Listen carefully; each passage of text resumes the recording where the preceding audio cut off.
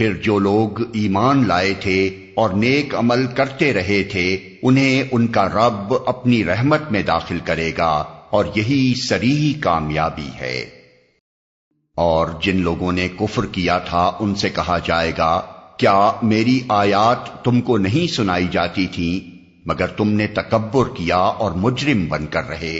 اور جب کہا جاتا تھا کہ اللہ کا وعدہ برحق ہے اور قیامت کے آنے میں کوئی شک نہیں، تو تم کہتے تھے کہ ہم نہیں جانتے قیامت کیا ہوتی ہے، ہم تو بس ایک گمان سا رکھتے ہیں، یقین ہم کو نہیں ہے۔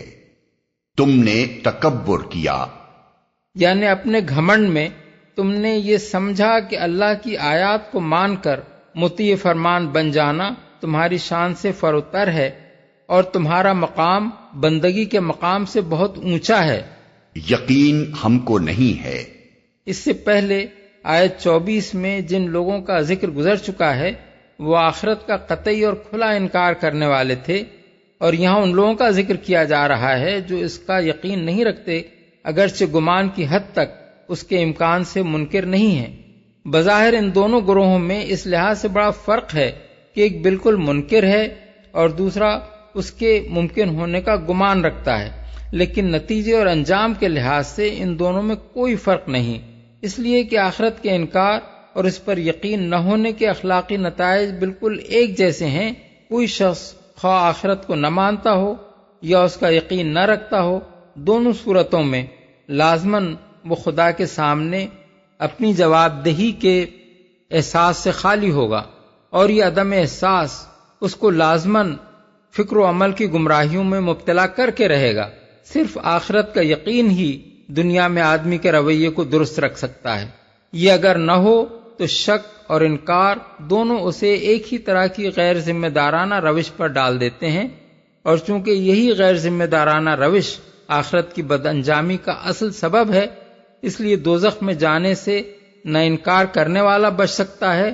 نہ یقین نہ رکھنے والا۔ اس وقت ان پر ان کے اعمال کی برائیاں کھل جائیں گی، اور وہ اسی چیز کے پھیر میں آ جائیں گے جس کا وہ مذاق اڑایا کرتے تھے۔ اعمال کی برائیاں کھل جائیں گی، یعنی وہاں ان کو پتہ چل جائے گا کہ اپنے جن طور طریقوں اور عادات و خصائل اور اعمال و مشاغل کو وہ دنیا میں بہت خوب سمجھتے تھے وہ سب ناخوب تھے۔ اپنے آپ کو غیر جواب دہ فرض کر کے انہوں نے ایسی بنیادی غلطی کر ڈالی جس کی وجہ سے ان کا پورا کارنامہ حیات ہی غلط ہو کر رہ گیا۔ اور ان سے کہہ دیا جائے گا کہ آج ہم بھی اسی طرح تمہیں بھلائے دیتے ہیں جس طرح تم اس دن کی ملاقات کو بھول گئے تھے۔ تمہارا ٹھکانہ اب دوزخ ہے اور کوئی تمہاری مدد کرنے والا نہیں ہے۔ یہ تمہارا انجام اس لیے ہوا ہے کہ تم نے اللہ کی آیات کا مذاق بنا لیا تھا اور تمہیں دنیا کی زندگی نے دھوکے میں ڈال دیا تھا، لہذا آج نہ یہ لوگ دوزخ سے نکالے جائیں گے اور نہ ان سے کہا جائے گا کہ معافی مانگ کر اپنے رب کو راضی کرو۔ یہ آخری فقرہ اس انداز میں ہے جیسے کوئی آقا اپنے کچھ خادموں کو ڈانٹنے کے بعد دوسروں سے خطاب کر کے کہتا ہے کہ اچھا اب ان نالائقوں کی یہ سزا ہے۔ بس تعریف اللہ ہی کے لیے ہے جو زمین اور آسمانوں کا مالک اور سارے جہان والوں کا پروردگار ہے۔